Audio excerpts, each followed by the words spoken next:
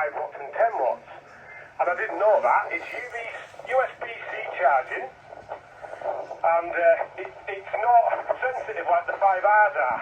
When you walk past anything, they go ballistic. Well, this one seems alright, so you're 100%. What does this sound like over? 60 HP. It sounds absolutely fine. You can tell you're on a beta thing. They've got that distinctive sound to them.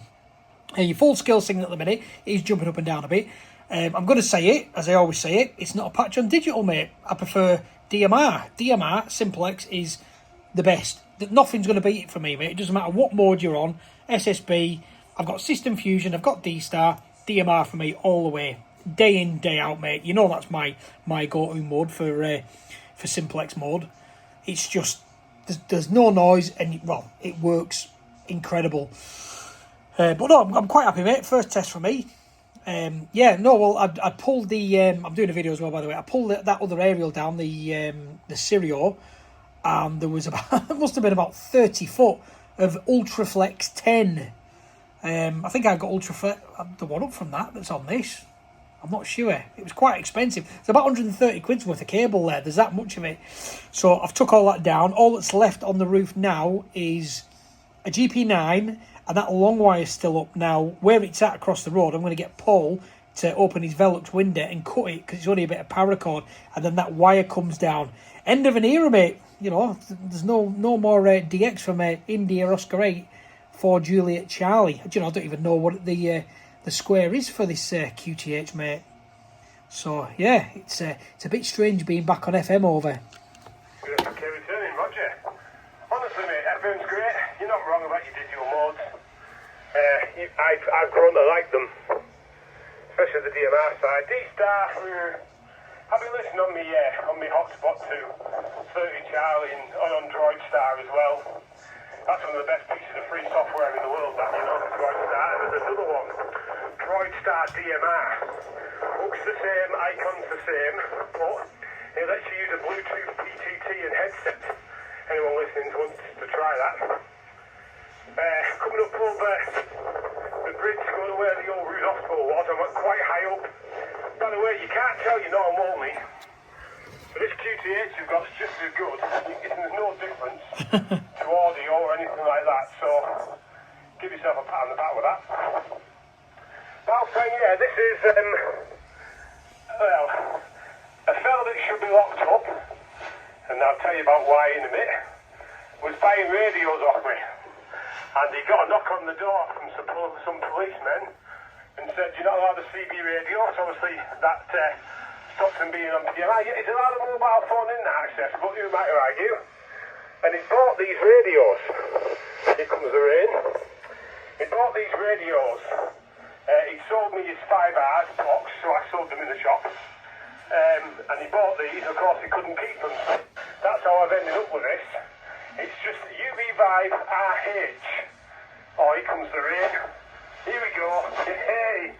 The weather out here is horrendous, by the way. It's just coming on. I'm going to put this, I've got a plastic bag in my pocket, and I'm going to throw it in a minute.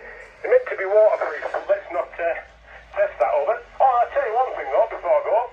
I'll come back and go from over. It might be waterproof, this, because all the ports in it have got rubber caps on, including the mic port. But you timed out. You've timed out or your battery's gone. Oh, you've timed out, SLK. Hope you got a spare battery. You got a break there? No, you timed out. Oh, I don't know how long the time out is. How much of that did you get over? Up to the bag bit. Up to the what bit? It's got bungs on it or something to keep the water out. Yeah, on the mic input, the mic and headphone socket, it's got a thick plastic thing with like a rubber edging, so it might actually be waterproof. I'm just going to chance it. But that's how I came by him, was my point. They were off a bad lad over. Roger, 68 for returning, Roger. Well, anyway, oh, sorry, I've dropped. I'll just make sure I've got it. Yeah, you got it, but something happened. Yeah, it's all right, it's me. There's a bit of a dodgy cable on this microphone. Yeah, no, you're still full signal, but it is fluctuating. It's going up and down again. I'm not used to that, mate. DMI, you don't get this on Simplex. It's just a signal. There's no white noise. Yeah, location-wise, it's when it was a Walney, it was 110 feet above sea level. That actual QTH that I had. This is, I think, 97 feet above sea level, so not quite as high. And I haven't got the height from the antenna, but I haven't got the DDH in front of me now, because if you look where I was over there, that was blocking quite a lot to certain areas, so this is probably blocking a bit other ways for me as well, because that DDH obviously hasn't moved, so it still is quite a high location. There's nothing around me either, mate. You can see this coming down from... If you're coming down from Oxford Street, you can see the aerial. You can see it from Abbey Road. You can see it from down by the Dock Museum. Bit sad, isn't it? Antenna spotting, but that's what we do, isn't it? It is quite prominently high. Obviously, there's one across the road that, you know, that guy that got it all set up that never come on, that would never get out of bed, you know exactly what I mean. He's got an old V2000 across the road from me. His is not quite as high. However, that didn't have the mod in it, so it's still flapping back and forward in the wind. And annoyingly, this has got that on that. I had to do the mod on this, because it come, and I was a bit disappointed because it's got a screw in the back. So again, that screw would back off. So I put a Jubilee clip on it. I Loctited everything up. And I've done it really, really well. So hopefully it should be fine. When the guy come to put it up, I was like, should I put the GP9 up? And I thought, with it being where it's at, mate, you know, middle of town, I didn't want some busybody from the council coming round and going, what the hell's that up there?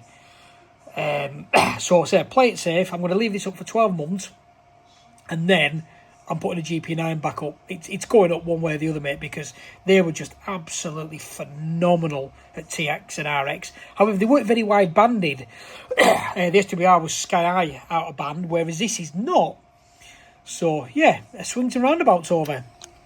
2E0slk is going to be coming up Rouge Bridge Hill. Excuse me. Well, you get out okay, mate. The weather's horrendous. I'm about to get run down by a Skoda. I'm not going to die by a Skoda. I want a decent car to me out. Well, we're Skoda, I know. This guy wants to put his lights on. Right, there's nothing wrong with your transmission at all, mate. If I didn't know you moved, you wouldn't know you moved. DDH, well, never thought of that. Of course, you're right. I don't know if I'd given it some thought, I would have known you were right, because people struggle with TV antennas over there. And signal coming from Winter Hill, depending on whereabouts in Walney they were. And they're building another one. So let's see what happens there. Good old BAE, do whatever it wants. Do whatever it pleases. GP9, what about the 18-foot one? Come back to me on that. I'm sure that's what you're on about. That's a big antenna up there, mate. Don't forget Joe the plumber was up there.